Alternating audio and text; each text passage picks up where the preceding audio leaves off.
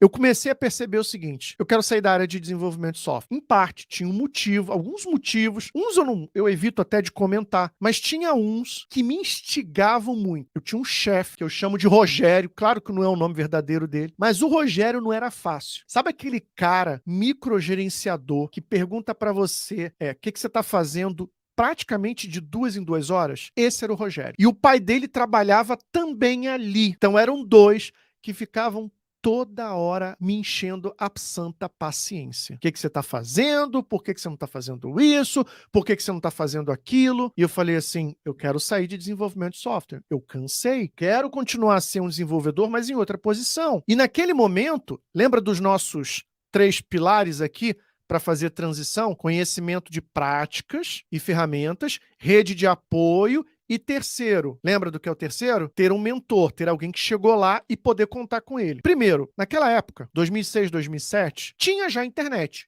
Tinha, mas não era tão rica quanto hoje. Se eu não me engano, não tinha Wikipedia, o Wikipedia era muito fraca. A gente não tinha esse hábito que a gente tem hoje de tudo vai parar primeiro na internet para depois ir para outras pessoas. Ou ir chegar num evento. Você quer ver um exemplo? Se você vai assistir uma palestra na internet, uma palestra em um evento presencial, pode ter certeza que esse conteúdo já está na internet antes do cara chegar ali na palestra.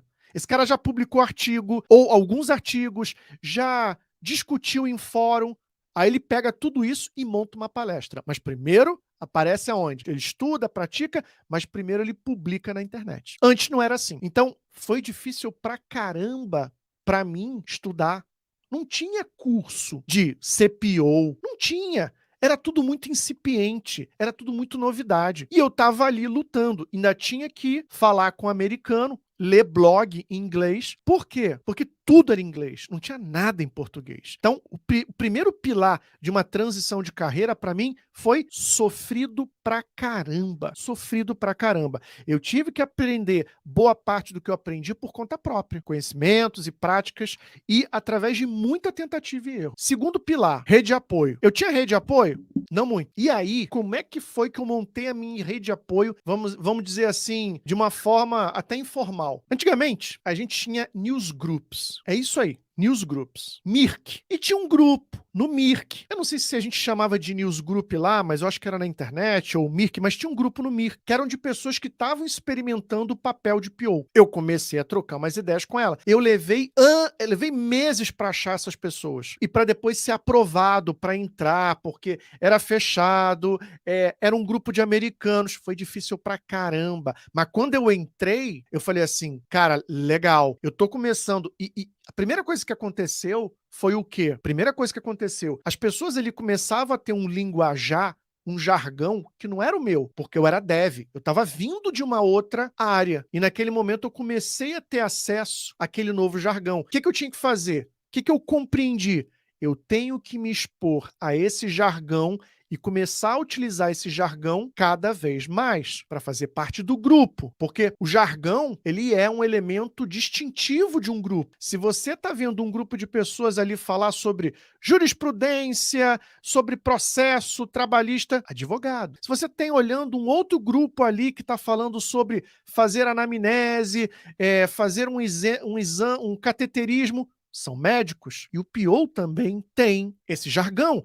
Palavras que fazem parte do dia a dia e que distingue essa pessoa, esse profissional dos demais. Então eu falei assim, eu tenho que aprender isso muito rápido, aos trancos e barrancos, porque não tinha tanta interatividade assim o Mirk. Vamos ser sinceros. E o terceiro elemento que eu acho muito, que eu considero muito importante, era de ter um mentor. E nesse caso, quem foi o meu mentor? Será que foi uma pessoa física? Não. Eu adotei o autor ali do Scrum como o meu mentor, que foi o cara que personificou inicialmente o papel do PO. Então, tudo que ele escrevia, eu lia. Eu considerava que ele estava dizendo aquilo para mim. Eu devorava aquilo. Se eu pudesse ter a oportunidade de conversar com o cara, de interagir com esse cara, tete a tete, eu pagaria. Com certeza. Porque isso teria agilizado o meu momento de transição, que estava duro, que estava difícil, que estava... Então, o que eu quero mostrar para você é que lá naquela época, quando eu fiz essa transição,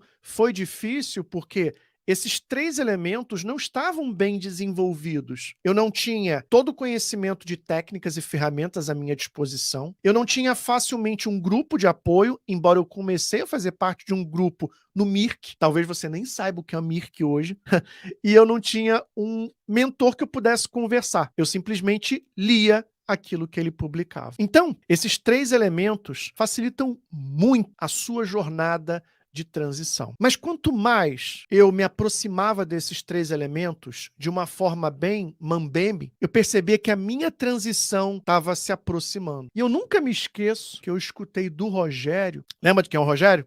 Pois é, sempre o dito cujo, quando ele disse assim para mim: Marcelo, esquece esse negócio, você nasceu para ser dev, você nunca vai ser um bom PO, você nunca vai conseguir ser um bom PO. Você é meio caladão, foi isso que eu escutei, tá? E eu era caladão mesmo. Você é muito caladão, você é muito monossilábico. Monossilábico é aquela pessoa que sim, não, ok, tá bom, não tá bom. Era assim que eu era. Então, tudo isso eu fui tendo que desenvolver e tive que, como que uma borboleta que sai ali na transformação de lagarta em borboleta, e é um processo que, bonito aos olhos, depois que tudo acontece, é doído, é difícil quando a gente está passando por ela. É fácil para quem olha, mas para quem é lagarta, como eu era lá no passado, olha, foi fácil não. Mas eu fui, porque eu sabia o seguinte, eu estava muito certo do que eu queria. E voltar atrás,